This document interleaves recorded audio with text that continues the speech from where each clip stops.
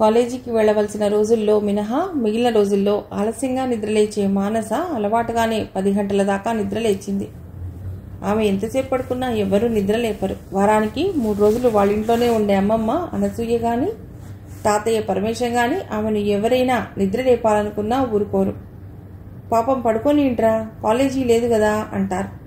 తల్లి భానుమతి, తండ్రి సరే వాళ్ళకి ఆమె గారాల పట్టి. ఆమె చదువు విషయంలోనూ ఇతర తిరుగుళ్ల విషయంలోనూ అరిచేది అన్న గౌతమ్ ఒక్కడే. అతడు ఆమెను ఏమన్నా మిగిలిన నలుగురు ఆమెనే సమర్థిస్తారు. 10:30 గంటలు కావస్తుంటే నిద్రలేచిన ఆమె ఇంకా నిద్రమత్తుతోనే విసుక్కుంటూ బ్రష్ చేసుకుంది. తల్లి కాఫీ తెచ్చిచ్చింది. రాత్రి మరీ అంతసేపు చదువుకోకపోతేనేం, పెందలాడే పడుకోవచ్చు కదే అన్నది. ఆమె చదువుకోలేదని, పుస్తకం ముందేసుకుని సెల్ ఫోన్లో గేమ్స్ ఆడుకున్నదని ఆమెకు తెలియదు. చెప్పినా అర్థం కాదు. ఒకవేళ ఆమె చదువు గురించి తండ్రికి ఎవరైనా ఫిర్యాదు చేసినా ఇప్పుడు అది చదివేసి ఏం చేయాలి, ఊళ్ళేళాలా అని అరుస్తాడు. తల్లి ఇచ్చిన కాఫీ తాగి తర్వాత ఏం చేయాలో తెలియక ఆవులించి సోఫాలో కూర్చుండిపోయింది మానస. ఏమిటి అప్పుడే నిద్రలేచావా, ఆఫీసుకు వెళుతూ అడిగాడు అన్న గౌతమ్. అతడికేసి గుర్రుగా చూసింది తప్ప సమాధానం చెప్పలేదు. ఆమె సమాధానం కోసం అతడు ఎదురు చూడనూ లేదు. సెల్ ఫోన్ చేతిలోకి తీసుకుంది. ఎవరెవరివో 3 మిస్డ్ కాల్స్ ఉన్నాయి. చటుక్కున ఆమెకు ప్రదీప్ గుర్తొచ్చాడు. అతడికి ఆ రోజు కలుస్తానని చెప్పిన విషయమూ గుర్తొచ్చింది. అతడికి ఫోన్ చేద్దామా వద్దా అని 5 నిమిషాలు ఆలోచించింది. చెయ్యాలనే మనస్సు తొందర చేస్తోంది. అతడికి రింగ్ చేసింది. చాలాసేపు రింగ్ అయింది కానీ అతడు లిఫ్ట్ చేయలేదు. ఓ 5 నిమిషాలు అయ్యాక మళ్లీ రింగ్ చేసింది. చాలాసేపు రింగ్ అయ్యాక అవతల లిఫ్ట్ చేసి హలో అన్న మాట వినిపించింది. ఏం చేస్తున్నారు సార్ అంటూ ఆమె లేచి తన గదిలోకి వచ్చింది. అటు నుండి వెంటనే సమాధానం రాలేదు. 5 సెకండ్ల తర్వాత హలో అని వచ్చింది. హలో, నేను మానసని. ఏం చేస్తున్నారు సార్ అడిగింది. ఓ మీరా, బస్లో ఉన్నాను అన్నాడు అటు నుంచి ప్రదీప్. నిజానికి అతడు బస్లో లేడు, ఇంటి దగ్గరే ఉన్నాడు. ఇవాళ మనం కలుద్దాం అనుకున్నాం కదా, ఇక్కడ ఎప్పుడు గోముగా అడిగింది. అటు నుండి వెంటనే సమాధానం లేదు. ఓ 20 సెకండ్లు ఎదురు చూసి ఆమె అదే ప్రశ్న మళ్లీ వేసింది. మా లెక్చరర్ రమ్మన్నాడు, వెడుతున్నాను. ఎగ్జామ్స్ దగ్గర పడ్డాయి కదా అన్నాడు. ఇప్పుడు కాదు, సాయంత్రం కలుద్దామా? సాయంత్రం చెప్పలేనండి, లెక్చరర్ ఎప్పుడు వదులుతాడో తెలియదు కదా. మీరు ఆ అండిలు మానరా, కాల్ మీ మను చిలిపిగా అన్నదామె. మళ్ళీ అటు నుంచి మౌనం. హలో ప్రదీప్, లైన్లో నేనున్నాను. వింటున్నాను. ఏం విన్నారు? అదే మీరన్నది. ముందు ఆ మీరులు మానండి ప్లీజ్. అలాగే చెప్పండి. సారీ, చెప్పు మానస. That's good. చెప్పనా? చెప్పేస్తున్నా. ఐ లవ్ యూ ప్రదీ అన్నదామె. అటు నుండి ఏవీ సమాధానం రాలేదు. నిశ్శబ్దం. 10-15 సెకండ్లు. హలో, చెప్పమన్నారు, చెప్పేశాను. నువ్వేమీ మాట్లాడవేం ప్రదీ? గోముగా అడిగింది మానస. మానస, చెప్పమన్నావుగా, చెప్పేశాను. నువ్వు నాకు కావాలి దృఢంగా అన్నట్లు చెప్పింది. మానస ప్లీజ్ అలాంటిదేమీ పెట్టుకోవద్దు అన్నాడు ఏమనాలో తెలియక. ఎందుకు పెట్టుకోకూడదు? నాకు ఇష్టం లేదు. ఏమిటి ఇష్టం లేదు? నేనా, నా ప్రేమ? ఆమె స్వరంలో చిరుకోపం ధ్వనించింది. ప్లీజ్ మానస, అలాంటిదేమీ వద్దు, మనం గుడ్ ఫ్రెండ్స్గా ఉందాం అన్నాడు. గుడ్ ఫ్రెండ్స్ ప్రేమించుకోకూడదా? అలాగని కాదు, నాకు అలాంటివి ఇష్టం లేదు. అలాంటివి అంటే నన్ను ప్రేమించడమా? మరెవరినైనా ప్రేమించడం ఇష్టమేనా? ఆమె స్వరంలో ఈసారి కోపం స్పష్టంగా ధ్వనించింది. కాదు మానస. మరి నీ ప్రాబ్లం ఏమిటి నన్ను ప్రేమించడానికి? నేను బాగుండనా? నీకు తగనా? అదేం కాదు. అయినా నువ్వు బాగుండవని ఎవరన్నారు? యు ఆర్ ఫైన్ మానస, కానీ ప్లీజ్ అండర్స్టాండ్ మీ. నిజంగా నువ్వు అర్థం కావటం లేదు ప్రదీ. నన్ను ప్రేమించడానికి నీకు అభ్యంతరం ఏమిటో చెప్పు. ఒకటే అడుగుతాను, నేను నీకు తగనా? స్ట్రైట్గా చెప్పు నిలదీసిందామె. ప్రదీప్కి ఏం చెప్పాలో తెలియటం లేదు. తాను మనోజ్ఞని ఇష్టపడుతున్నట్లు, తామిద్దరూ ఒకరినొకరు ప్రపోజ్ చేసుకున్నట్లు చెప్పేద్దామా అనుకున్నాడు. మళ్ళీ అది ఇలాంటి పరిణామాలకు దారితీస్తుందని వెనకాడాడు. హలో, ఏం చెప్పాలా అని ఆలోచిస్తున్నావా? వాయిదాలొద్దు, ఇప్పటికే చాలా ఆలస్యం అయిపోయింది. మానస బింకంగా అంది. మానస ప్లీజ్, నేను చెప్పేది అర్థం చేసుకో అన్నాడు. ఏ అర్థం చేసుకోను? నువ్వు వద్దు అనటానికి ఒక కారణం కావాలి, లేదా నువ్వు వేరే ఎవరినైనా ప్రేమిస్తుంటే అదైనా చెప్పాలి. ఏమీ లేనప్పుడు నేను ప్రపోజ్ చేస్తున్నప్పుడు నీకు ఏమిటి అభ్యంతరం? అంతస్తులా, కులమా? మళ్ళీ ఆమె నిలదీసింది. మళ్ళీ అతడు నిరత్రుడయ్యాడు. నువ్వు బస్సులో లేవని నాకు తెలుసు, పర్వాలేదు, ఫోన్లో ఎంతసేపు అయినా ఉంటాను, బట్ పాజిటివ్గా నీ నిర్ణయం కావాలి. సారీ మానస, నేను వేరే వాళ్ళని ఇష్టపడ్డాను. ఏమైతే ఇది అవుతుందని అనేశాడు. ఎవరో నేను తెలుసుకోవచ్చా? తప్పకుండా చెప్తాను, కానీ ఇప్పుడు కాదు. ఇప్పుడు నా దృష్టి అంతా ఎగ్జామ్స్ మీదనే. ఇక ఆమెతో మాటలు పెంచడం ఇష్టం లేక చెప్పేశాడు. దుసగొట్టినట్లు ఆమె నిట్టూర్పు విడిచింది. ఫోన్ కట్ చేసింది. ప్రదీప్ తనను కాదని వేరే వ్యక్తిని ఇష్టపడుతున్నాడని ఆమెకు అర్థమైంది.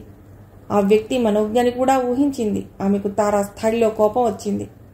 ఆ కోపం నుండే ఉక్రోషం నుండి అసూయ ఒక్కసారిగా ఆమెను ఆవహించాయి. ఆమె మనస్సు ఉండబట్టలేదు. ఆమె వెంటనే మనోజ్ఞకి ఫోన్ చేసింది. ఏమిటే, ప్రదీప్తో నా విషయం చెప్పావా అని అడిగింది, ఏ ఉపోద్ఘాతము లేకుండా. మనోజ్ఞకి ఏం చెప్పాలో తోచలేదు. క్షణం నీళ్లు నమిలింది. చివరికి అంది, ప్రదీప్ నాకు కలవలేదే, ఏదో బిజీగా ఉన్నానన్నారు అని. ఏమో, ఏం చేస్తావో, నీ మీదే భారం వేశాను. తర్వాత నీ ఇష్టం. నాకు చాలా చిరాగ్గా ఉంది. నేను ఫోన్ చేసినా అదే బిజీ అని సమాధానం. నీ ఫ్రెండ్కి నువ్వు ఏం సాయం చేస్తావో నీ ఇష్టం. నిష్ఠూరంగా అనేసి ఫోన్ పెట్టేసిన మానస పెదవుల మీద ఓ విషపు నవ్వు కదలాడింది. వీళ్ళని ఏదైనా చెయ్యాలి అని మనసులో ఓ దుర్మార్గపు ఆలోచన రేగింది. తర్వాత అలానే తలా తోకాలేని ఆలోచనల్లో ఉన్న మానస చంద్రికకి ఫోన్ చేయాలనుకుంటుండగా సెల్ రింగ్ అయింది. అది రామ్ చరణ్ నుండి వచ్చిన ఫోన్. అనాసక్తంగా ఆన్ చేసి హలో అంది. హాయ్ మానస్, ఎలా ఉంది కొత్త పిలుపు? బాగుంది కదూ, నీకు గుడ్ న్యూస్ అన్నాడు. గుడ్ న్యూజా? ఏమిటది? ఆత్రంగా అడిగింది. నీకో టీవీ సీరియల్ నటిని పరిచయం చేస్తాను అన్నాడు. టీవీ నటా? Sure, 100% sure. చాలా సీరియల్స్లో హీరోయిన్గా చేసింది. ఎవరు? తినబోతు రుచేందుకురా బేబీ, సరిగ్గా 1 o'clock వచ్చేసాయి. మినిస్టర్ గారు అబ్బాయిలే, వాడి ఫామ్ హౌస్లో ఆమె కూడా వస్తుంది. చాలాసేపు మనతోనే ఉంటుంది. నీకు మంచి ట్రీట్ కూడా ఇస్తున్నా, వచ్చేయి అన్నాడు రామ్ చరణ్.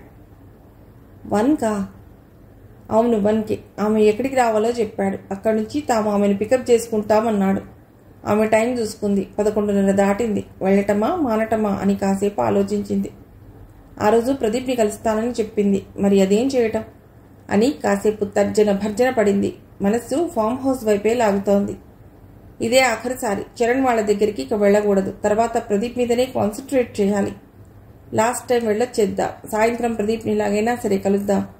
అలా చివరికి నిర్ణయించుకుంది. హడావుడిగా టిఫిన్ చేసేసి పరుగులాంటి నడకతో రోడ్డు మీదకి వచ్చి ఆటో ఎక్కేసింది మానస. సరిగ్గా 1:30కి చరణ్, విల్సన్, కృష్ణతేజాలతో ఆమె ఫామ్ హౌస్కి చేరుకుంది. ముంబై వెళ్లే రోడ్డులో మెయిన్ రోడ్డుకు 1/2 furlong దూరంలో ఉన్నది ఆ ఫామ్ హౌస్. చుట్టూ మొక్కలున్నాయి. ఆ ఫామ్ హౌస్కి వెనకాల ఒక చిన్న గుడిసెలో వాచ్మెన్ కుటుంబం ఉంది.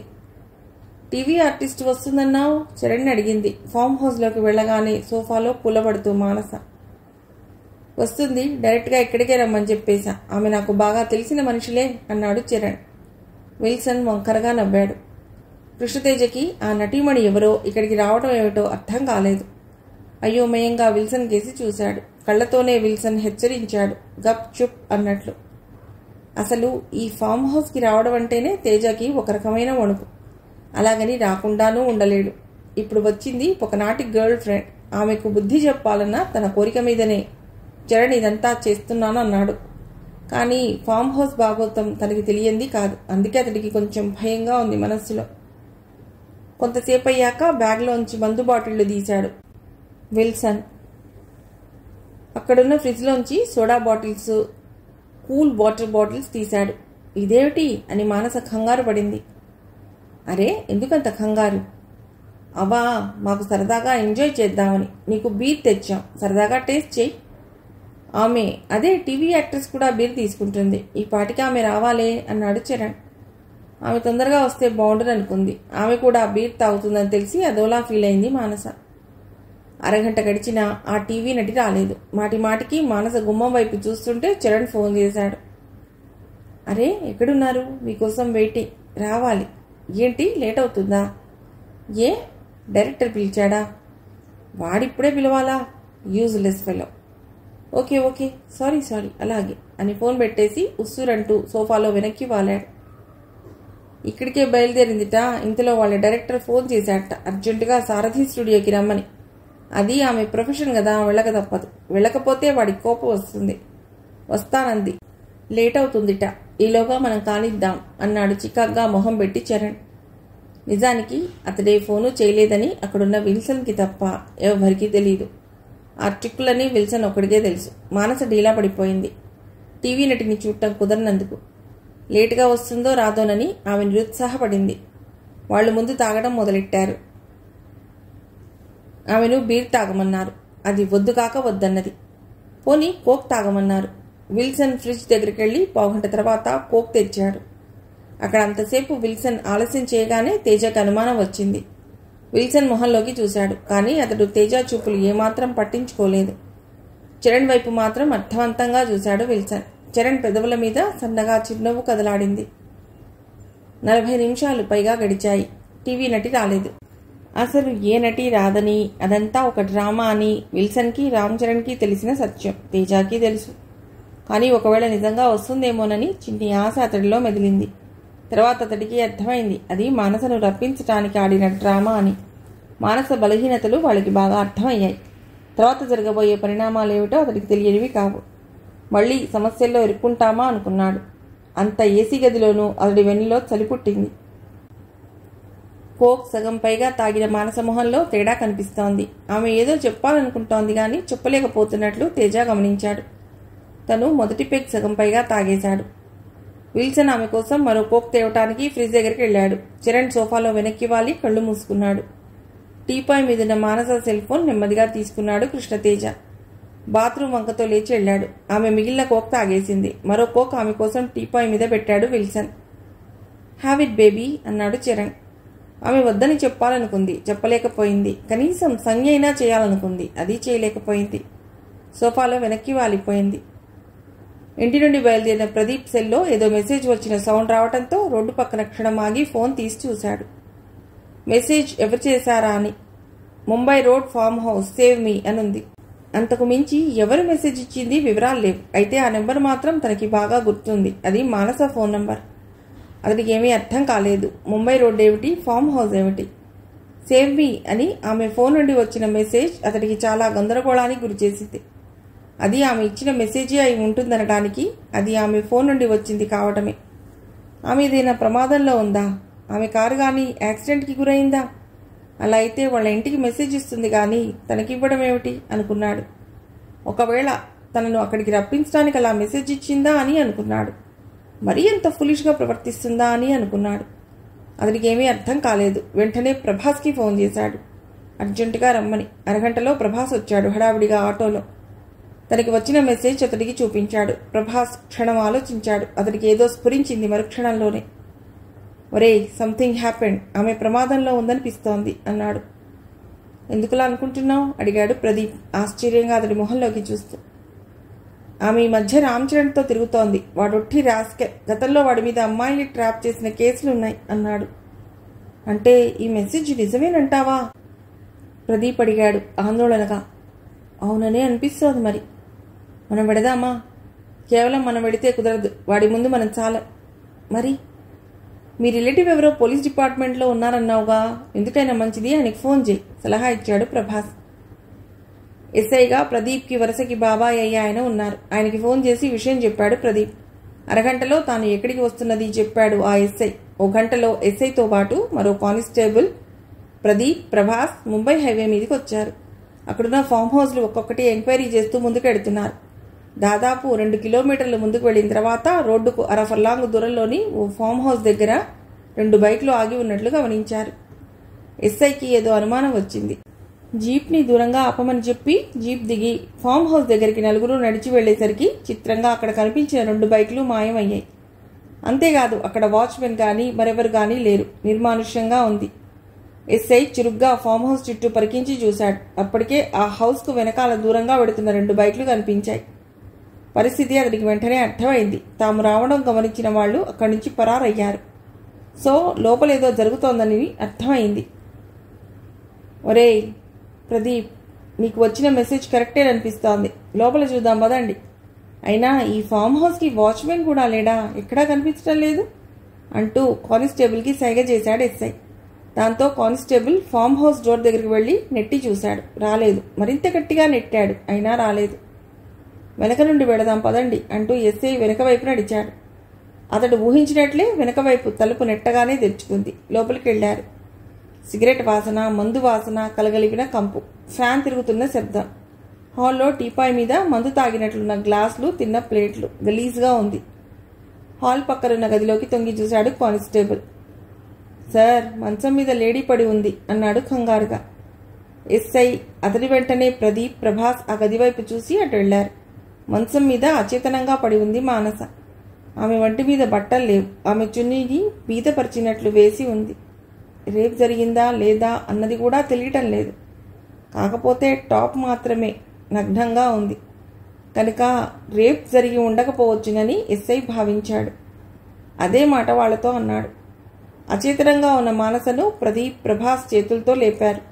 జాగ్రత్తగా ఆమెను బయటికి తీసుకొచ్చారు. కానిస్టేబుల్ వెళ్లి జీప్ని తీసుకొచ్చాడు. ఆమెను జీప్లో ఎక్కించి పడుకోబెట్టారు. ఎవరమ్మాయి? ఎస్ఐ అడిగాడు జీప్ కదిలాక. చెప్పాడు ప్రదీప్. సౌండ్ పార్టీనే. ఇప్పుడేం చేద్దాం అడిగాడు ఎస్ఐ. మాకేం తెలీదు బాబాయ్, నువ్వెలా చెప్తే అలా అన్నాడు ప్రదీప్. ముందు ఈ అమ్మాయిని నాకు తెలిసిన హాస్పిటల్కి తీసుకువెళదాం. బాగా మందు తాగిందో లేక ఏదైనా కలిపి డ్రింక్ తాగించారో తెలుసుకోవాలి. ఆమె స్పృహలోకి వస్తే వాళ్ళ సంగతి తెలుసుకోవచ్చు. ఆ తర్వాత ఏం చేద్దామన్నది వాళ్ళ పేరెంట్స్కి వదిలిపెడదాం ఎస్ఐ చెప్పాడు కొద్దిసేపు మౌనంగా ఉన్న తర్వాత. ఇప్పుడు ఆమె పేరెంట్స్కి ఇన్ఫార్మ్ చెయ్యొద్దా ప్రదీప్ అడిగాడు. యాక్చువల్గా అయితే ఆమె పేరెంట్స్కి చెప్పాలి.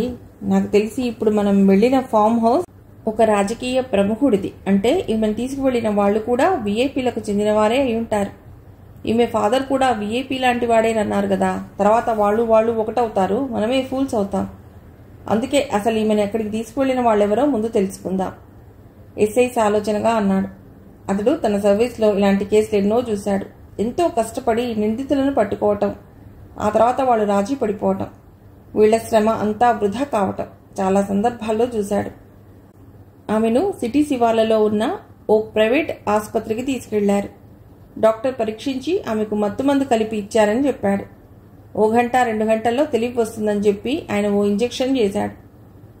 ఆమెకు తెలివి వచ్చాక నాకు ఫోన్ చేయరా ప్రదీప్, నేను స్టేషన్కి వెళ్ళొస్తాను అని చెప్పి కానిస్టేబుల్తో ఎస్ఐ వెళ్ళాడు. హాస్పిటల్లో ప్రభాస్, ప్రదీప్ మిగిలారు. ఆమెకు తెలివి ఎప్పుడొస్తుందా అని ఎదురు చూస్తూ కూర్చున్నారు. తనకు ఆ రోజు ఆమె ఫోన్ చేయటం, తనను ప్రేమిస్తున్నానని చెప్పటం విషయాలన్నీ ఆ సమయంలో ప్రభాస్కి చెప్పాడు ప్రదీప్. ఛా, అవునా? కాదంటున్నా, అదేం మంకుపట్టురా బాబు ప్రభాస్ అన్నాడు. ఈమెను ఏమనుకోవాలో తెలియటం లేదురా. బుర్ర ఉందనుకోవాలా, మూర్ఖురాలనుకోవాలా, అసలు అర్థం కావటం లేదు. ఇంత టిపికల్ మైండ్ మనిషిని నా జీవితంలో చూడలేదురా బాబు అంటూ నుదురు కొట్టుకున్నాడు ప్రదీప్. నిజమేరా, నువ్వు అన్నట్లు చాలా చిత్రమైన మనిషి. ఇన్నాళ్ళు మనతో తిరుగుతూ మనం ఎలాంటి వాళ్లమో, ఎలాంటి టేస్ట్ ఉన్నవాళ్లమో అస్సలు ఏమీ అర్థం చేసుకోలేదా ఈ అమ్మాయి? What a surprise! ప్రభాస్ ఆశ్చర్యం వెలిబుచ్చాడు.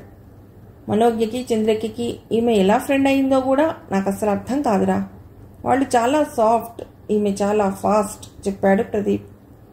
మరో 1 గంట గడిచేసరికి నర్స్ వచ్చి చెప్పింది. ఆమెకు కాస్త తెలివి వచ్చింది. తాను ఇక్కడ ఎందుకున్నట్లు అని ఆమె సిస్టర్ని అడుగుతోంది.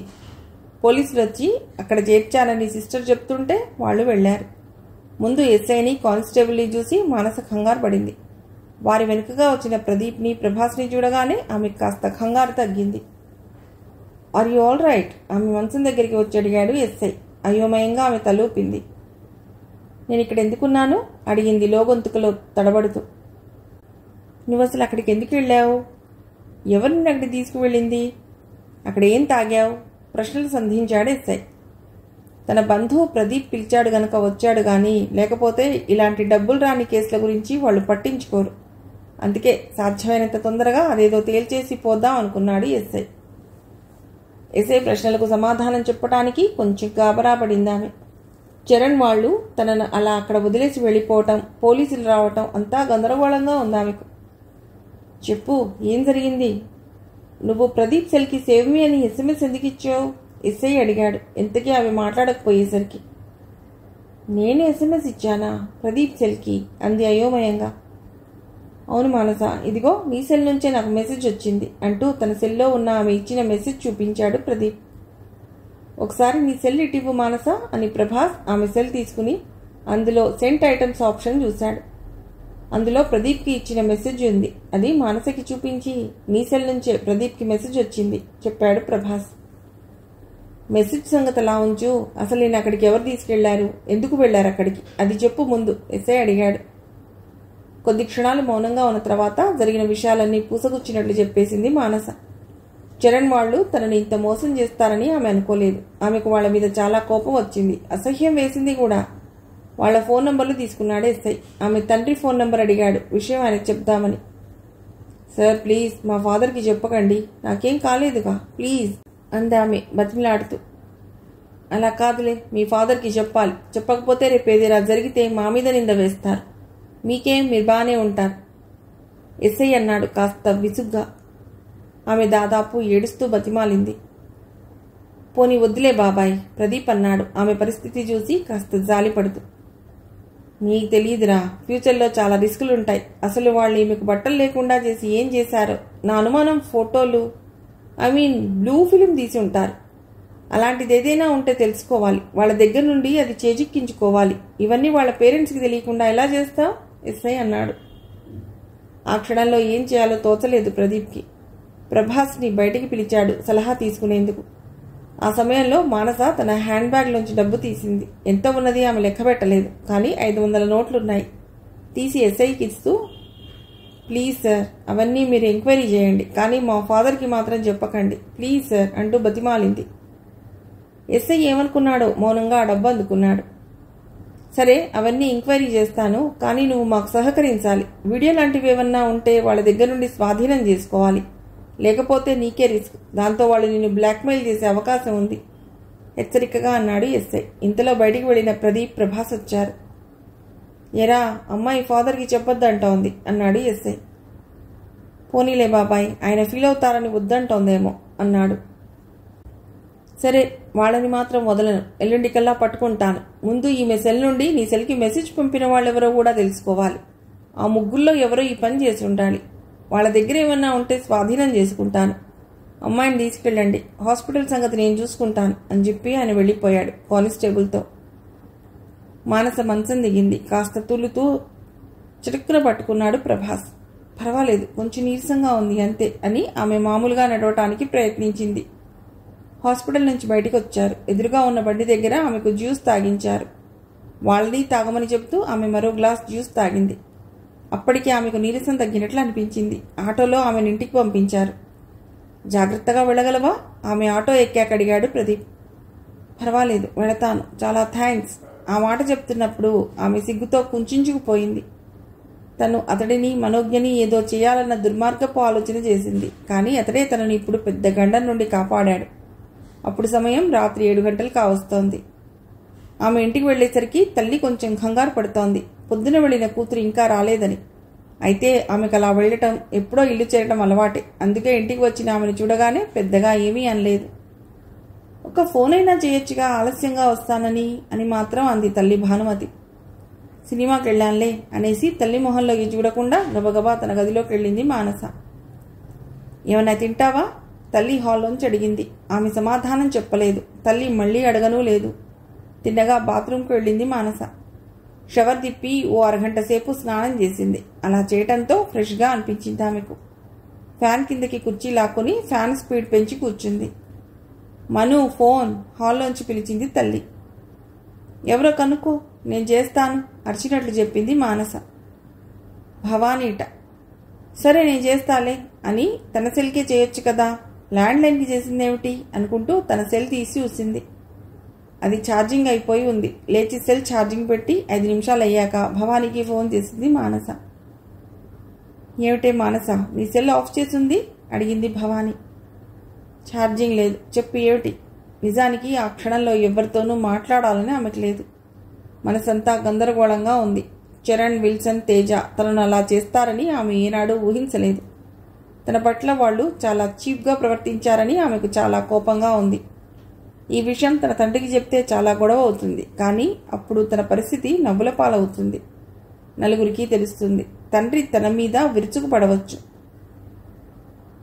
అందుకే తండ్రి దాకా వెళ్ళకూడదని ఆమె ఎస్ఐని ప్రాధేయపడింది.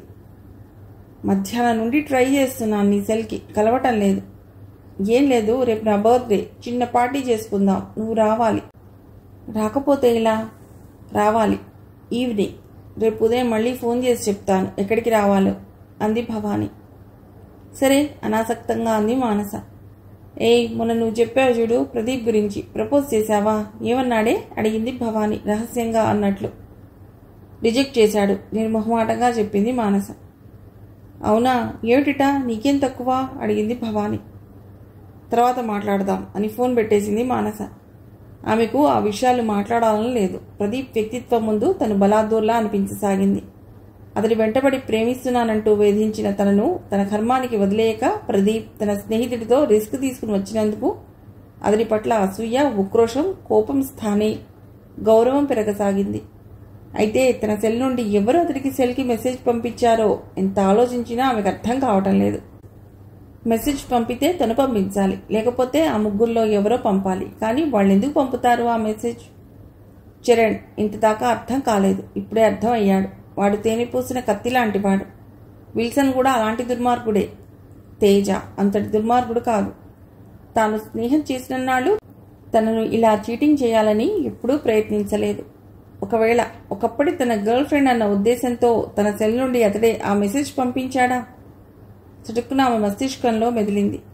అంతకు మించి వేరే ఎవరు తనను రక్షించమని ఆ సమయంలో అక్కడి నుంచి మెసేజ్ పంపడానికి ఆస్కారం లేదు నిశ్చయంగా అనుకుంది మానస. ఏవేమను, అన్నానికి రా అని పిలిచింది సమయం రాత్రి 9 గంటలు దాటుతుంటే. నే తింటాలే అరిచింది మానస. డైనింగ్ టేబుల్ మీద అన్నీ పెట్టేసి తాను టీవీ సీరియల్ చూడటంలో నిమగ్నమైంది భానుమతి. మరో 1/2 గంట పోయాక మానస వచ్చి భోజనం చేసి వెళ్ళింది. నిజానికి ఆమెకు తినాలని లేదు, కానీ కడుపులో ఏదో మంటగా అనిపిస్తోంది. అందుకే పెరుగు బాగా వేసుకుని తిన్నది. అప్పటికింకా తండ్రి అన్నా రాలేదు. తండ్రి వస్తే మళ్ళీ ఆయన పిలవటం, ఆయనతో కలిసి కూర్చుని భోజనం చేయటం, అలా చేస్తున్నప్పుడు తన మొహంలో ఏదైనా తేడాగా అనిపిస్తే వాళ్ళు 1,00,000 ప్రశ్నలు వేయటం. అంతా ఎందుకని ఆమె వాళ్ళు రాకుండానే తినేసింది. గది తలుపులు దగ్గరగా వేసి లైట్ ఆర్పి పడుకుంది. అసలు ఆమెకి నిద్ర రావటం లేదు. ప్రదీప్, ప్రభాస్ పోలీసులను తీసుకుని రావటం, వాళ్ళన్నట్లు ఓ అరగంట లేట్ అయితే తన జీవితం ఏమయ్యేది? ఆ సంఘటన ఊహించటానికే ఆమెకు భయం వేసింది. వాళ్ళు తనని అంత చీట్ చేస్తారని తాను అనుకోలేదు. అసలు తాను అలాంటి వాళ్లతో తిరగటమే పెద్ద తప్పు. మనోజ్ఞ, చంద్రిక తనను ఎప్పుడూ హెచ్చరిస్తూనే ఉన్నారు తిరుగుళ్ళు తగ్గించమని. కానీ తను వాళ్ల మాట విన్నదా? వింటే ఈనాడు ఇలాంటి తప్పు జరిగేదా? ఇంతటి దౌర్భాగ్య పరిస్థితుల్లో తాను ఇరుక్కుని ఉండేదా? ఇంత మనస్తాపానికి తాను గురయ్యేదా? నిజంగా తనకి బుద్ధి లేదు. చేతి నిండా డబ్బు ఆడుతుండటంతో తనకి బొళ్ళు పాయా తెలియలేదు. ఒక్క అరగంట లేట్ అయితే ఏమయ్యేది తన జీవితం? ఆ రాత్రంతా చాలాసేపు ఆమె ఆలోచిస్తూనే ఉంది. ఎప్పటికో నిద్ర పట్టింది.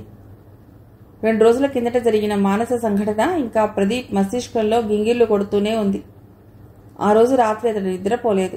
యువతీ యువకుల్లో నేడు జరుగుతున్న ఈ పరిచయాలు, సంఘటనలు, తద్వారా ఎదురవుతున్న పరిణామాలు, ఈ మధ్య పత్రికల్లో వస్తున్న వార్తలు అన్నీ అతని ఆలోచనలో చెలరేగాయి. తను రోజు కాలేజీలో చూస్తూనే ఉన్నాడు. హాయ్ అనే పలుకరింపులు, దెబ్బేవులే అంటూ జోక్లు, ఆ డ్రెస్ కోడ్, చక్కగా లంగా ఓణియో అందంగా చీరలోనో అమ్మాయిలు కనిపించటమే మానేశారు ఈ మధ్య.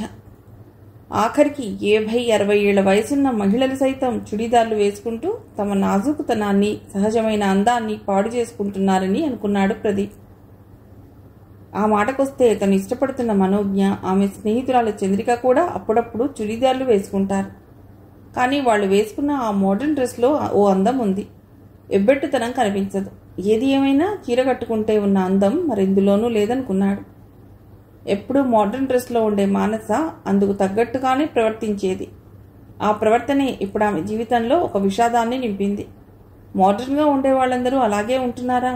అలాగే సమస్యల్లో ఇరుక్కుంటున్నారా అంటే కాకపోవచ్చు. చాలామంది ఎంత మోడర్న్గా ఉన్నా తమకంటూ ఒక హద్దు నిర్దేశించుకుని జీవితాన్ని నడిపించేసుకుంటున్నారు. కానీ మానసలా కాదు. మోడర్న్ లైఫ్ నుండి ఆమె నేర్చుకున్నది విశృంఖలత్వం. ఎస్ఐ అన్నట్లు తాము వెళ్ళటం ఒక అరగంట ఆలస్యమై ఉంటే ఆమె జీవితం నాశనమై ఉండేది. నాశనం అనేది తనలాంటి వాళ్ల పరిభాషలో, ఆమె లాంటి వాళ్ల పరిభాషలో అదంత పెద్ద విషయం కాకపోవచ్చు. వాళ్ళు డబ్బుతో దేనికైనా అందమైన రంగులు పూసేయగలరు, దేనైనా తమకు అనుగుణంగా మలుచుకోగలరు. తమ లాంటి వాళ్ళకి అదో పెద్ద శాపంలా జీవితాంతం వెన్నాడుతుంది. అలాంటి మనిషి తనను ప్రేమిస్తున్నానటం అతడికి ఆశ్చర్యంగానూ హాస్యాస్పదంగానూ అనిపించింది. ఎప్పుడు తెల్లవారుతుందా, మనోజ్ఞను కలిసి మానస సంఘటనను చెప్పేద్దామా అనుకున్నాడు ప్రదీప్. కానీ రాత్రి భారంగా గడిచినట్లు అతడికి అనిపించింది. అయితే ఆ రాత్రి 10 గంటల సమయంలో చంద్రికకు ఫోన్ చేశాడు ప్రభాస్. ఏమిటి, నిద్ర పట్టడం లేదా అడిగింది చంద్రిక నవ్వుతూ. నిజంగానే నిద్ర పట్టడం లేదు చందు. ఓ ఫామ్ హాస్పిటల్ నుండి వచ్చి 2 గంటలైంది చెప్పాడు ప్రభాస్. ఏమిటో ఒక్క ముక్క కూడా నాకు అర్థం అవలేదు. ఇంతకీ హాస్పిటల్లో ఉన్నదెవరు అయోమయంగా అడిగింది చంద్రిక. మను, అదే మానస. ఓ అడ్వెంచర్ చేసిందిలే. మానస ఏం చేసింది ఆత్రంగా అడిగిందామె. తర్వాత జరిగిందంతా చెప్పాడు చంద్రికకు ప్రభాస్. బాప్రే, అంత పని జరిగిందా? మీకేం కాలేదు కదా? లేదు, మాకేం కాలేదు. మేము వెళ్ళేసరికి వాళ్ళు పారిపోయారు. ఆమెను ఇంటికి పంపించి మేము ఇంటికి వచ్చాం. మై గుడ్నెస్, చాలా ప్రమాదం తప్పింది కదా దానికి. అవును, మేము ఒక్క అరగంట లేట్ అయినా అదే పని జరిగేది. మీరిద్దరూ హీరోలు అయిపోయారన్నమాట. అవును, ఇదే సినిమాలో అయితే ఈ సమయంలో ఓ ఫైటింగ్ సీన్ ఉండేది. ఆ మాటకి ఆమె నవ్వేసింది. దానికి చాలాసార్లు చెప్పాను ఆ తిరుగుళ్ళు మానవే అని. అది మానలేదు. చంద్రిక విసుక్కుంది. నువ్వు నేను చెప్తే డిసిప్లిన్ రాదు చందు. అది మొదటి నుండి వాళ్ళ పేరెంట్స్ పెంపకంలో ఉండాలి. బహుశా వాళ్ళ ఇంట్లో ఆమెకు చాలా ఫ్రీడమ్ ఎక్కువ అనుకుంటాను. ఒట్టి ఫ్రీడమే కాదు, అన్నీ ఎక్కువే. ఇప్పుడు చూడేమైందో మళ్ళీ విసుక్కుందామె. పైగా ఆమె మన ప్రదీప్ని ప్రేమిస్తున్నానన్నదట. అదో పెద్ద జోగ్గా లేదు. అవునట మను, అదే మనోజ్ఞ చెప్పింది. ఇంతకీ ఈ విషయం అదే మనోజ్ఞకి తెలుసా? ఈ పాటికి ప్రదీప్ చెప్పే ఉంటాడు. సరే, 11 అవుతోంది, రేపు కలుద్దాం. Good night. ఫోన్ కట్ చేశాడు. ఆ తర్వాత చాలాసేపు చంద్రిక నిద్రపోలేదు. ఆమె ఎలా ప్రవర్తించినా ఎంతైనా మానస తమకు ఫ్రెండ్. ఆమె ఇలాంటి చిక్కుల్లో ఇరుక్కున్నందుకు చంద్రిక బాధపడింది. ఉదయం 10 గంటల సమయంలో మనోజ్ఞకి ఫోన్ చేద్దామనుకుంటుండగా ప్రదీప్ సెల్ రింగ్ అయింది. తీసి చూశాడు. అది తన బంధువు బాబాయ్ ఎస్ఐ నుండి. ఆన్ చేసి హలో అన్నాడు. ఏరా, ఎక్కడున్నావు? ఏం లేదు, ఆ అమ్మాయి మానస కేసుకు సంబంధించి ముగ్గురులో ఒకడు కృష్ణతేజ అన్నవాడు దొరికాడురా. మిగిలిన ఇద్దరు ఇంకా దొరకలేదు. వీడు చెప్పింది ఆ అమ్మాయి చెప్పింది దాదాపు ఒకటే అనుకో. ఆ అమ్మాయి సెల్ నుండి నీకు మెసేజ్ పంపించింది వీడేనట. అమ్మాయిని సేవ్ చేద్దామని చేశానంటున్నాడు. సెల్ ఫోన్ కాంటాక్ట్ నెంబర్లు ఓపెన్ చేస్తే తెలిసిన నీ పేరు కనిపించిందని, కాలేజీలో ఆమెతో నిన్ను చూశానని, అందుకే నీ సెల్కి అలా మెసేజ్ పంపానని చెప్తున్నాడు. చరణ్ అనేవాడు ఆమె న్యూడ్ ఫోటోలు తీశాట. వాడిప్పుడు సంగారెడ్డిలో ఉన్నాడని ట్రేస్ అవుట్ అయ్యాడు. దొరుకుతాడు. ఈవినింగ్ కల్లా ఆ ఇద్దరూ దొరుకుతారు. వాడు దొరికితే వాడి సంగతి చూద్దాం అన్నాడు ఎస్ఐ. అలాగే బాబాయ్ అన్నాడు ప్రదీప్. అమ్మాయి ఎలా ఉంది? బాగానే ఉంది. రాత్రికి ఇంటికి పంపించాం. సరే, ఫోటోలదే ఉందిలే. వాడు దొరికితే వాడి గురించి ఏదో చేద్దాం అని ఫోన్ కట్ చేశాడు ఎస్ఐ. తల విదిలించుకున్నాడు ప్రదీప్. ఇదో కొత్త సమస్య వచ్చిపడినందుకు. మనోజ్ఞకి ఫోన్ చేశాడు. ఆమె ఫోన్ లిఫ్ట్ చేయగానే హలో హీరో గారు అంది. హీరోనా? విలన్ల నుండి ఓ అమ్మాయిని రక్షించిన హీరోలు కదా అంటూ నవ్వింది. ఓ, అప్పుడే నీదాకా వచ్చేసిందా న్యూస్? మరి రాదా? మాది చాలా ఫాస్ట్ నెట్వర్క్ సార్. చందుకైతే రాత్రే వచ్చేసింది హాట్ న్యూస్. ప్రభాస్ ఉండబట్టలేకపోయాడేమో నవ్వి అన్నాడు. అంటే వాళ్ళు రాత్రి 11 అయినా 12 అయినా ఫోన్లు చేసుకుంటున్నారు. నాకు అదృష్టం లేదు మరి. నిష్ఠురం ధరింపజేసింది మనోజ్ఞ. ఓకే, ఈసారి రాత్రి 12 తర్వాత ఫోన్లు చేస్తుంటాలే. వద్దు బాబు, 11 దాటితే నేను నిద్రకి కాయలేను. ముంచుకొచ్చేస్తుంది. సరే, మహాబోర్గా ఉంది. ఎక్కడైనా కూర్చుందాం. ఎక్కడికి వస్తావు? చందు దగ్గరికి రండి చెప్పిందామె. అతడు ఫోన్ కట్ చేసి బయలుదేరాడు. ఇంచుమించు 11 గంటలకు నిద్రలేచిన మానస వాష్రూమ్కి వెళ్ళి ఫ్రెష్ అయి హాల్లోకి వచ్చింది. కూతుర్ని చూసి పని మనిషితో కాఫీ పంపించింది తల్లి భానుమతి. కాఫీ తాగుతూ టీవీ ఆన్ చేసింది మానస. ఎక్కడో ఒక యువతిని మానభంగం చేసి హత్య చేసిన క్రైమ్ న్యూస్ని చూపిస్తున్నారు. అది చూడగానే ఒక్కసారిగా ఉలిక్కిపడి గబుక్కున ఛానల్ మార్చేసింది ఆమె. క్షణంసేపు గుండె వేగంగా కొట్టుకుంటున్నది. ఫామ్ హౌస్ సంఘటన జరిగి అప్పటికి 3వ రోజు. కాఫీ తాగి కప్పు టీపాయ్ మీద పెట్టి సోఫాలో వెనక్కి వాలగానే ఆమె సెల్ రింగ్ అయింది. ఆన్ చేసి ఎవరో చూడకుండా చెవి దగ్గర పెట్టుకుంది. Hello baby, thanks phone lift చేసినందుకు. రామ్ చరణ్ కంఠం వినిపించగానే ఫోన్ కట్ చేద్దామనుకునేంతలో అన్నాడు. ఫోన్ కట్ చేయకు, ఒక ఫోటో పంపిస్తున్నాను చూడు అన్నాడు. ఆమె సెల్లో చూసింది తన ఫోటో. పైనంతా నగ్నంగా. ఆమెకు ఒక్కసారిగా ఒళ్ళంతా చెమట పట్టేసింది. సెల్ చెవి దగ్గర పెట్టుకుంది అతడేం చెప్తాడా అని. చూసావా, బాగుందా? అరచి గోల చేస్తావా? నలుగురిలోనూ నువ్వే నవ్వుల పాలవుతావు. ఇలాంటి ఫోటోలు ఇంకా చాలా చాలా యాంగిల్స్లో ఉన్నాయి. నువ్వు నన్ను ఏదైనా చేయాలనుకుంటే ఈ ఫోటోలు మన కాలేజీలో నాకు నీకు తెలిసిన వాళ్ళందరి సెల్ ఫోన్లకి పంపిస్తాను. యూట్యూబ్లోనూ పెడతాను. అలా కాదంటావా? నేను చెప్పింది చెయ్యి అన్నాడు. ఏం చెయ్యాలి? కఠినంగా అడగాలనుకుంది, అడగలేకపోయింది. అప్రయత్నంగా ఆమె స్వరంలో అర్థింపు వచ్చేసింది. That's good.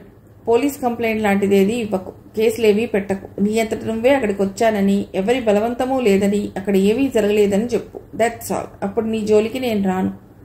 ఈ ఫోటోలు ఎక్కడికి వెళ్ళవు. సరేనా అన్నాడు రామ్ చరణ్. ఆమెకు సరేననక తప్పలేదు. ఒక్కసారిగా దుఃఖం ముంచుకొచ్చింది. గబగబా తన గదిలోకి వెళ్ళిపోయింది. తలుపు వేసుకుని మంచం మీద పడుకుని బోరుమంటూ ఏడ్చేసింది.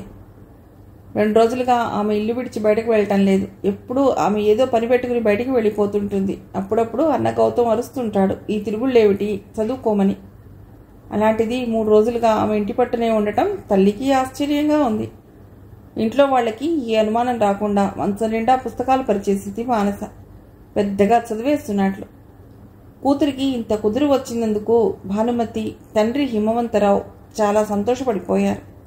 కానీ ఆమె ధోరణిలో ఏదో మార్పు కనిపెట్టింది ఆమె అన్న గౌతమ్ ఒక్కడే. చెల్లెల్లో హుషారు లేదు. పలుకరిస్తే పలుకుతోంది, లేకపోతే లేదు. మౌనంగా ఉంటుంది. ప్రతి చిన్న విషయానికి విసుకుంటూ చిందులేస్తూ పనివాళ్ల మీద ఏదో అరుస్తుంటే చెల్లెలు అలా శాంతంగా ఉండటంతో ఏదో ఉందని అనుకున్నాడు గౌతమ్. పరీక్షలు దగ్గర పడ్డాయి కనుక కూతురు చదువులో పడిందని తల్లిదండ్రులు అనుకున్నారు. కాలేజీలో ఏదైనా జరిగిందా? ఆమెను ఎవరైనా బాయ్స్ ఏడిపిస్తున్నారా? ఒకసారి కాలేజీకి వెళ్ళి విచారించాలనుకున్నాడు గౌతమ్. ప్రస్తుతం తమ వ్యాపార వ్యవహారాలు ఎక్కువ భాగం తనే చూస్తుండటం వల్ల పని ఒత్తిడిగా ఉంది అతడికి. వీలు చూసుకుని మానస విషయం తెలుసుకోవాలనుకుంటున్నాడు. మానస సంఘటన జరిగిన 3వ రోజు సాయంత్రం మనోజ్ఞను కలుసుకుందామని హుషారుగా బయలుదేరాడు ప్రదీప్. బస్టాప్కి వచ్చి బస్ కోసం ఎదురు చూస్తున్న సమయంలో అతడి ఫోన్ రింగ్ అయింది. అది ఎస్ఐ నుండి వచ్చిన ఫోన్. చెప్పు బాబాయ్ అన్నాడు ప్రదీప్. మానస కేసులో మిగిలిన 2 దొరికారా? 4 లాఠీ దెబ్బలు తగిలేసరికి చేసిందంతా ఒప్పుకున్నారు. వాళ్ళిద్దరూ సెల్ ఫోన్లు తీసుకుని చెక్ చేశాం. రామ్ చరణ్ సెల్లో ఆమె న్యూడ్ ఫోటోలు ఉన్నాయి. అవన్నీ డిలీట్ చేయించాను. అవి మరెక్కడా లోడ్ చేయలేదన్నాడు. నీకు తెలియందేముంది అంటూ జరిగిన విషయాలన్నీ చెప్పుకొచ్చాడు. వాళ్ళని స్టేషన్కి తీసుకొచ్చిన అరగంటకి పై అధికారి నుండి ఫోన్ వచ్చింది ఎస్ఐకి. ఎంపీ గారి పిఏ నుండి ఎస్పీ గారికి ఫోన్ వచ్చింది. కుర్రవాళ్ళన్నాక ఆ మాత్రం సరదాలు తీర్చుకోకుండా ఉంటారా? కాస్త కౌన్సిలింగ్ ఇచ్చి వదిలేయండి సార్ అని ఎంపీ గారు చెప్పమన్నారని పిఏ చెప్పాట. ఆ విషయం వ్యంగ్యంగా చెప్పాడు ఆ పోలీస్ అధికారి. మహా జాతీయ స్థాయి నాయకులే ఇలాంటి ప్రకటనలు ఇస్తుంటే ఇక ఎంపీలు వేరే మాటలు ఎందుకు మాట్లాడతారయ్యా? వదిలే, ఈ సొసైటీ నాశనం అయిపోతే మనకేమిటి అని ఆ అధికారి చాలా కోపంగా అన్నాడు. ఇక ఆ విషయంలో ఎస్ఐ చేయగలిగిందేమీ లేదు. అయితే మానస తనను అర్థిస్తూ ప్రదీప్, ప్రభాస్ పక్కకు వెళ్లిన సమయంలో గబగబా బ్యాగ్లోంచి డబ్బు తీసి ఇచ్చిన క్షణాలు చటుక్కున ఎస్ఐ కళ్లలో మెదిలాయి. అందుకే వాళ్ళ దగ్గర సెల్ ఫోన్లు తీసుకుని వాటిలో ఉన్న కాంటాక్ట్ నెంబర్లతో సహా అన్ని డిలీట్ చేసేశారు. మళ్ళీ ఎప్పుడైనా ఇలాంటి పనులు చేస్తే ఈసారి జైల్లో తోసేస్తామని గట్టిగా బెదిరించారు. అంతేకాదు తన పోలీస్ స్టేషన్ పరిధిలో ఏ అమ్మాయి కిడ్నాప్ అయినా, ఏ అమ్మాయి మీద యాసిడ్ దాడి జరిగినా, ఏ అమ్మాయి మీద అత్యాచారం జరిగినా మీ ఇద్దరినే ముందు స్టేషన్కి తీసుకొస్తానని, కేసు బుక్ చేయకుండా ఎన్కౌంటర్ చేసేస్తానని నిప్పులు చెరిగాడు ఎస్ఐ. అంతకు మించి తాను చేయగలిగిందేమీ లేదని భారంగా నిట్టూర్చాడు. ఆయన చెప్పినవన్నీ విన్న ప్రదీప్ ఏమీ మాట్లాడలేదు. మాట్లాడటానికి కూడా అతడి దగ్గర ఏమీ లేదు. అందుకే థ్యాంక్స్ బాబాయ్ అన్నాడు. అతడు బస్ ఎక్కి దిగవలసిన స్టాప్లో దిగేసరికి అక్కడ మనోజ్ఞ ఎదురు చూస్తోంది. అతన్ని చూడగానే నవ్వింది చిన్నగా. చాలాసేపు అయిందా వచ్చి అడిగాడు ఆమె దగ్గరగా వచ్చి. జస్ట్ 10 నిమిషాలంతే. ఇద్దరు నడుచుకుంటూ బయలుదేరారు. ఎక్కడికి వెడదాం? ఓ 100 గజాలు వెళ్ళాక అడిగింది మనోజ్ఞ. బుర్రంతా చిరాగ్గా ఉంది. నుదురు రాసుకుంటూ అన్నాడు. చాయ్ తాగుదామా? అసలు ఏం చేయాలో తెలియటం లేదు. ఏది తాగాలని లేదు, తినాలని లేదు అన్నాడు ప్రదీప్. ఏం జరిగింది? ఏంటలా ఉన్నావు? అతడి మొహంలోకి చూస్తూ అడిగింది ఆమె. అక్కడికి రావటానికి ముందు ఎస్ఐ ఫోన్ చేసి చెప్పిన విషయాలన్నీ చెప్పాడు. మై గాడ్, పోనీలే, ఆ సమస్య ఏదో విధంగా పరిష్కారమైందిగా అన్నదామె. లేదు మను, పూర్తిగా పరిష్కారం అయిందనుకోవటం లేదు. వాళ్ళు ఆ ఫోటోలు మరెక్కడైనా లోడ్ చేసి ఉంటే మానసకి ఎప్పటికైనా తలనొప్పి. అదే నేను వరీ అవుతున్నాను అన్నాడు. నువ్వన్నది నిజమే, కానీ నువ్వు నేను ఏం చేయగలను చెప్పు? నువ్వన్నట్లు ఆ ఫోటోలు వాళ్ళు ఎక్కడైనా స్టోర్ చేసి ఆమెను బ్లాక్మెయిల్ చేస్తే ఆ తర్వాత ఇక ఆమె పేరెంట్సే చూసుకుంటారు. మన చేతుల్లో ఏమీ లేదు, ఏమీ చేయలేం కూడా. ఒకవేళ ఏదన్నా చేయాలని మనం వేలు పెట్టామంటే అనవసరంగా కొత్త సమస్యల్లో ఇరుక్కుంటాం. అసలే ఎగ్జామ్స్ రోజులు, అనునయంగా అంది మనోజ్ఞ. ఆమె చెప్పిన దానికి అతడు ఏకీభవించాడు. సమస్య పరిష్కారం అయిందని ప్రస్తుతానికి మౌనంగా ఉండటమే మంచిదనుకున్నాడు. ఎక్కడికి వెళదాం అడిగాడు. మనసంతా చికాగ్గా ఉండటంతో ఆమె సన్నిధిలో కొంతసేపు హాయిగా రిలాక్స్ అవ్వాలని ఆమెకు ఫోన్ చేశాడు. ఈ ప్రేమ పక్షులకి పార్కులు, శిల్పారామాలు, పున్నమి ఘాట్లు అన్నీ అయిపోయాయి. ఇక ఎక్కడికి వెళదాం నవ్వుతూ అన్నదామె. బిర్లా మందిరికి వెళదాం పదా, క్షణం ఆలోచించి చెప్పాడు. గుడ్ ఐడియా, ఆ జంటని కూడా పిలవవలసింది. చంద్రిక, ప్రభాస్లను ఉద్దేశించింది మనోజ్ఞ. వాళ్ళు ఎక్కడికో వెళ్ళే ఉంటారు. ఏ ప్రభాస్ చెప్పాడా? లేదు, నేను అనుకుంటున్నాను. మనలాంటి ప్రేమ పక్షులే కదా వాళ్ళును అంటూ ఆటో పిలిచాడు ప్రదీప్. 20 నిమిషాల్లో వాళ్ళు అక్కడికి చేరుకున్నారు. దేవుడి దర్శనం అయ్యాక బయటకు వచ్చి పిట్టగోడ మీద కూర్చున్నారు, చుట్టూ కనిపిస్తున్న భాగ్యనగర్ అందాలను చూస్తూ. పశ్చిమాన సూర్యుడు అస్తమించాడు. అక్కడ ఆకాశమంతా సింధూరం అలుముకున్నది. మరో పావుగంటకి వెలుగు రేఖలు మాయమయ్యాయి. చీకటి ముసురుకొస్తుండటంతో విద్యుత్ దీపాల వెలుగులో నగరం మరింత అందంగా కనిపిస్తోంది. అప్పుడప్పుడు పెద్దగా చప్పుడు చేసుకుంటూ లోహ విహంగాలు వెడుతున్నాయి. పున్నమి రాత్రులు కావటం వల్ల తూర్పున దశమి నాటి చంద్రుడు వెన్నెల కురిపిస్తున్నాడు. చల్లటి గాలి రివ్వున వీస్తోంది. ఫలానా అని చెప్పలేని ప్రశాంతత ఆ జంటను ఆవహించింది. వాళ్ళకి దూరంగా అక్కడక్కడ జంటలు కూర్చున్నారు. పిల్లలు పరుగులు తీస్తూ కేరింతలు కొడుతున్నారు. కార్లు, ఆటోలు వస్తున్నాయి, పోతున్నాయి. భక్తులు హడావిడిగా ఆలయ ప్రాంగణంలో తిరుగుతున్నారు. వెన్నెల్లో బిర్లా మందిర్ తెల్లగా మెరిసిపోతోంది. నిత్యశోభితుడైన వెంకటేశ్వర స్వామి ఆలయం అంటేనే భక్తుల రద్దీకి, సందడికి ఆలవాలం. కాసేపు ఆ సందడిని, ప్రశాంతతని ఆస్వాదించాక ప్రదీప్ మౌనాన్ని భంగపరుస్తూ అన్నాడు. వచ్చినప్పటి నుండి ఆమెతో చెప్పాలనుకుంటున్నాడు. మను, యాక్చువల్గా మొన్న అమ్మకి నీ విషయం చెప్దాం అనుకున్నాను, కానీ ఆ రోజు మానస మెసేజ్తో నా ప్లాన్ అంతా అప్సెట్ అయింది. నిన్న మొన్న ఇవాళ కూడా మైండ్కి ప్రశాంతంగా అనిపించలేదు. ఇప్పుడు ఇక్కడ ఇలా కూర్చుంటే ఎంతో ప్రశాంతంగా ఉంది. ఒక సమస్యకి ఒక ఫుల్ స్టాప్ వచ్చింది. రేపు అమ్మకి నీ విషయం చెప్తాను. తర్వాత అమ్మ నాన్నకి చెప్తుంది. అప్పుడు నిన్ను మా వాళ్ళకి పరిచయం చేస్తాను. ఏదో ట్రాన్స్లో ఉండి మాట్లాడుతున్నట్లు చెప్పాడు ప్రదీప్. ఆమె సంతృప్తిగా నవ్వింది. ఆ వెన్నెల్లో స్పష్టంగా ఆమె నవ్వు అతడికి కనిపించింది. ఆ నవ్వులో ఆమె వ్యక్తం చేసిన సంతృప్తి అతడికి బోధపడింది. ఆమె చెయ్యి అందుకున్నాడు. సున్నితంగా పెదవులకు ఆనించుకుని ముద్దు పెట్టుకున్నాడు. ఆమె మొహంలో ఒక తన్మయీ భావం కదలాడింది. నువ్వు డైరెక్ట్గా మీ నాన్నగారితో మాట్లాడలేవా? నవ్వుతూ అడిగింది ఆమె. అలాగని కాదు, సహజంగా పిల్లలకి తండ్రి కంటే తల్లి దగ్గరే చనువు ఎక్కువ ఉంటుంది అన్నాడు నవ్వుతూ. అవును, ఊరికే అడిగాను. నేను కూడా అంతే. ఏదైనా కావాలంటే మా అమ్మనే అడుగుతాను. తాను మా నాన్నకి చెప్తుంది మనోజ్ఞ అంది. ఎగ్జామ్స్ అవ్వాలి, రిజల్ట్స్ రావాలి, అంతదాకా ఖాళీగా కూర్చోవటం నాకు ఇష్టం లేదు. ప్రభాస్కి తెలిసి ఉన్న వాళ్ళ కంపెనీ ఉంటే అక్కడికి వెళ్ళి వచ్చాం. ఎగ్జామ్స్ రాసి రమ్మన్నారు. వాళ్ళు ఎంత ఇచ్చారని కాదు, ఎంతో కొంత. మరి పాకెట్ మనీకి కూడా నాన్నగారి మీద ఆధారపడకూడదని చెప్పాడు. గుడ్, నాకు కూడా ఏదైనా జాబ్ ట్రై చేసి పెట్టు. ష్యూర్. కాసేపు ఏవో కబుర్లు చెప్పుకుని బాగా చీకటి పడ్డాక కిందికి దిగి వచ్చేశారు. అతడు ఆటో పిలుస్తుంటే ఆమె వారించింది. బస్సులో పెడదాం అన్నది. కొంత దూరం వచ్చి బస్సు ఎక్కారు. 3 రోజులుగా ఇంట్లో మానస అలికిడే లేదు. ఆమె ఇంట్లో ఉంటే ఇల్లు అంత ప్రశాంతంగా ఉండటం అనేది ఎప్పుడూ లేదు. తల్లి కానీ పనివాళ్లు కానీ తీసుకెళ్ళిస్తే కాఫీ తాగుతుంది. 2-3 సార్లు పిలవగా వచ్చి టిఫిన్ తింటుంది. అలాగే భోజనమును. కూతురు బాగా చదివేస్తున్నదని తల్లి చాలా సంబరపడిపోతోంది. భర్తకి చెప్పి మురిసిపోయింది. ఏంటే అమ్ముడు, మరీ అంతలా చదివేస్తున్నావు? ఎవరితోనైనా పందెం కాసావా ఫస్ట్ క్లాస్ తెచ్చుకుంటానని అని ఆమె దగ్గరకు వచ్చి అడిగి మరీ వెళ్ళాడు. కానీ ఆమె చదువుకోవటం లేదు, అసలు పుస్తకం ముట్టుకోవడం లేదు. తనను ప్రదీప్ కాదన్నందుకు ఆమెకు ఏమంత బాధగా అనిపించటం లేదు. ఫామ్ హౌస్ సంఘటన జరగకపోయి ఉంటే ఆమెను ప్రదీప్ తిరస్కరణ బాధించేదే. కానీ ఆ సంఘటన జరగబోయే ప్రమాదం నుండి తనను ప్రదీప్ కాపాడటంతో అతడంటే ఆమెకు గౌరవభావమే ఏర్పడింది. అతడి పట్ల తాను తప్పుగా ప్రవర్తించినందుకు, అతడి గురించి తాను తప్పుగా ఆలోచించినందుకు ఇప్పుడు ఆమె బాధపడుతోంది.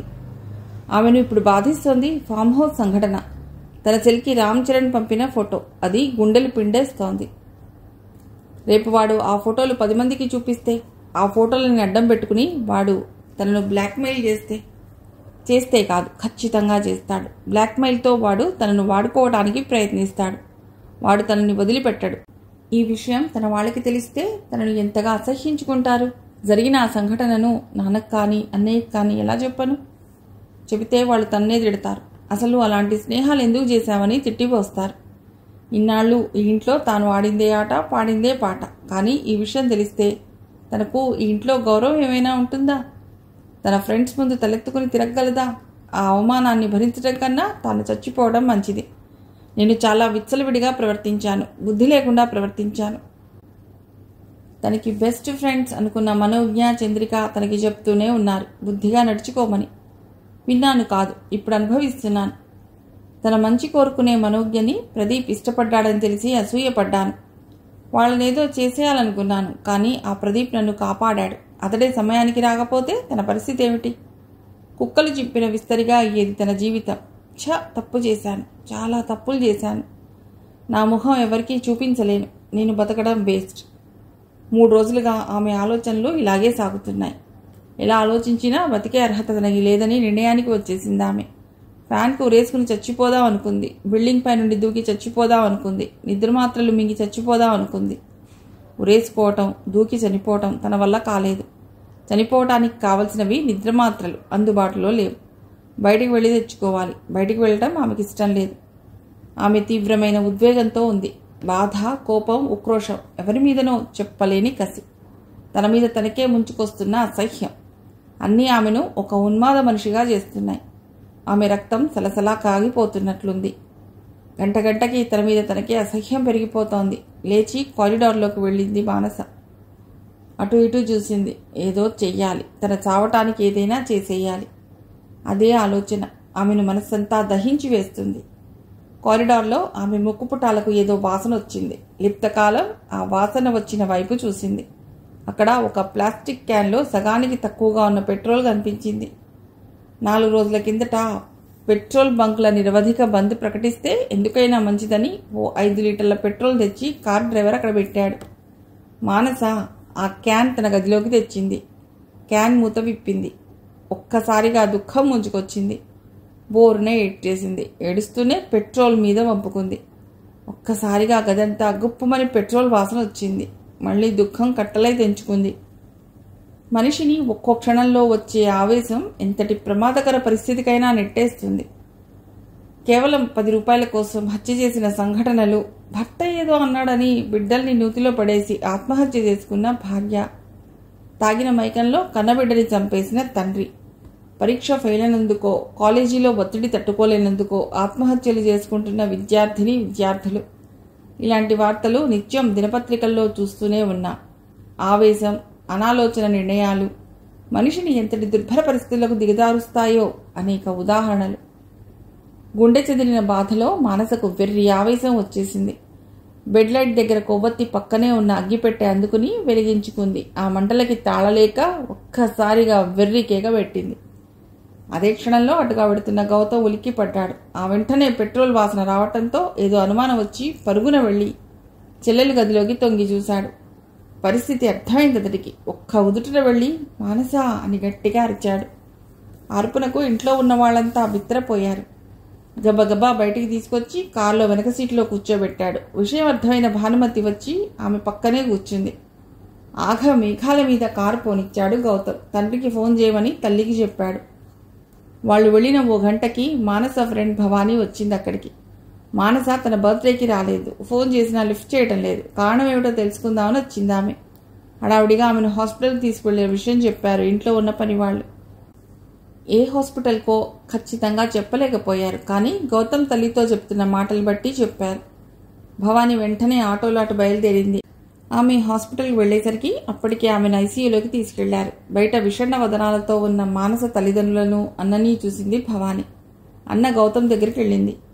అన్నయ్య, మానసకి ఏమైంది అడిగింది కంగారుగా. అతడు వెంటనే సమాధానం చెప్పలేదు. ఆమె కేసు చూశాడు. గొడవ అలాంటిదేమీ లేదే చెప్పింది ఆమె ఆశ్చర్యంగా మొహం పెట్టి. లేదా? ఏమైందన్నయ్య? మానస 3 రోజులుగా సీరియస్గా ఉండటం, ఎవరితోనూ మాట్లాడకపోవటం, ఈరోజు సూసైడ్ అటెంప్ట్ చేయటం అన్నీ వివరంగా చెప్పాడు గౌతమ్ ఆమె మొహంలోకి చూస్తూ. ఏం జరిగిందో మానస స్నేహితురాలి ద్వారా తెలుసుకుందామన్న ఉద్దేశంతో ఆ వివరాలన్నీ చెప్పాడు గౌతమ్. కాలేజీలో ఏ గొడవ జరగలేదు. ప్రదీప్ అని ఇంజనీరింగ్ స్టూడెంట్ని ప్రేమిస్తున్నానని చెప్పింది. కానీ అతడు ఆమెను కాదన్నట్ట. బహుశా ఆ ఫ్రస్ట్రేషన్లో అలా చేసిందేమో అంది భవానీ నసుగుతూ. తల పంకించాడు గౌతమ్. ఇంతలో సిస్టర్ పిలవటంతో అటుగా వెళ్ళాడు. భవానీకి ఏమీ అర్థం కాలేదు మానస ధోరణి. ఏ విషయాన్నైనా లైట్గా తీసుకునే మానస ఇంత చిన్న విషయానికి అంత తీవ్రమైన నిర్ణయం తీసుకుంటుందా? భవానీకి నమ్మబుద్ధి కాలేదు. మానస పరిస్థితి గురించి ఎవరికి ఫోన్ చేయాలి అని కాసేపు ఆలోచించింది. ఆమెతో సన్నిహితంగా తిరిగే మనోజ్ఞకి కానీ చంద్రికకి కానీ ఫోన్ చేయాలనుకుంది. సెల్లో చూసింది. తన దగ్గర 2 నంబర్లు లేవు. మానసకి స్పృహ వచ్చిందని, మాట్లాడుతోందని సిస్టర్ వచ్చి చెప్పడంతో ఊపిరి పీల్చుకున్నారు ఆమె తల్లిదండ్రులు, అన్న గౌతమ్, అమ్మమ్మ, తాతయ్య. 4 ఐసీయూ లోపలికి వెళ్లారు. సిస్టర్స్ ఇద్దరిద్దరు వెళ్ళండని చెప్తున్నా ఆమె మాటలు పట్టించుకోకుండా డాక్టర్కి తెలిసి ఉన్న వాళ్ళని ఆమె ఇంకేమీ మాట్లాడలేకపోయింది. అమ్మా మను, తల్లి భానుమతి పిలిచింది. మానస నుదుటి మీద చెయ్యి వేసి ఆమె కళ్ళు తెరిచి అందరినీ చూసింది. అప్రయత్నంగా ఆమె కన్నుల నుండి జలజల కన్నీళ్లు జారాయి. ఎందుకు చేశావు ఈ పని? తల్లి ఇంకా ఏదో అనబోతుంటే గౌతమ్ వారించాడు. అమ్మా, అవన్నీ తర్వాత మాట్లాడదాం, ముందు దాన్ని కోలుకొని అని. దాంతో భానుమతి ఇంకేమీ మాట్లాడలేదు. కొడుకు అలా వారించడం మంచిదే అనుకున్నాడు తండ్రి హిమవంతరావు. లేకపోతే తన అత్తగారు అనసూయ, భార్య భానుమతి అక్కడ ఏడుపులు పెడబొబ్బలు సీన్ క్రియేట్ చేస్తారని అతడికి తెలియంది కాదు. 10 నిమిషాలు పోయాక అందరినీ బయటికి పంపించేసింది సిస్టర్. అరగంట పోయాక డాక్టర్ పార్వతీశం మరో 2 డాక్టర్లు వచ్చి మానసను చూశారు. కాలిన చోట పరీక్షించారు. బయటకు వచ్చిన తర్వాత హిమవంతరావును పిలిచి డాక్టర్ పార్వతీశం చెప్పాడు. నో ప్రాబ్లం, కంగారు పడవలసిందేమీ లేదు. షీఈ్ ఆల్ రైట్, పెద్దగా కాలిపోలేదు. స్కిన్ స్పెషలిస్ట్ చూశాడు, అదంతా సరిచేయవచ్చునన్నాడు. Nothing to worry. సరే డాక్టర్, ఎన్నాళ్ళు ఉండవలసి వస్తుంది హాస్పిటల్లో? హిమవంతరావు అడిగాడు. సర్జరీ అయ్యాక ఓ 1 వారం రోజులు అంతే అని చెప్పి వెళ్ళిపోయాడు డాక్టర్. 4 బయటికి వచ్చారు. అమ్మమ్మని తాతయ్యని ఇంటికి వెళ్ళమన్నాడు గౌతమ్. మనుకి తెలివి వచ్చింది కదా, ఇక పర్వాలేదు, మీరు ఇంటికి వెళ్ళండి తాతయ్య, అమ్మ తర్వాత వస్తుంది అని చెప్పాడు. అక్కడ ఉండి చేసేది ఏదీ లేదు గనక వాళ్ళిద్దరూ ఇంటికి బయలుదేరారు. మిగిలిన 3 బయట ఉన్న కుర్చీలో కూర్చున్నారు. ఏరా గౌతమ్, మను ఎందుకు చేసిందిరా ఈ పని? హిమవంతరావు అడిగాడు కొడుకుని. మానస స్నేహితురాలు ముందు రోజే వచ్చి వెళ్ళటం అతడు చూశాడు. ప్రేమ విఫలమైంది నాన్న, ఇది ఎవరినో ప్రేమిస్తే అతడు కాదన్నట్ట చెప్పాడు గౌతమ్ నిర్వికారంగా. హిమవంతరావు ఏమీ మాట్లాడలేకపోయాడు. ఒక నిట్టూర్పు విడిచి ఊరుకున్నాడు. గతంలో గౌతమ్ చాలాసార్లు అన్నాడు, మనుని మీరు చాలా గారాబం చేస్తున్నారు నాన్న, మంచిది కాదు అని. ఇప్పుడు తనేమన్నా కొడుకు అదే అంటాడని మిన్నకుండిపోయాడు. మీరు దాన్ని చాలా గారాబం చేశారు, తప్పు కాదు, కానీ విచ్చలవిడితనం ఇచ్చేశారు, అది తప్పు.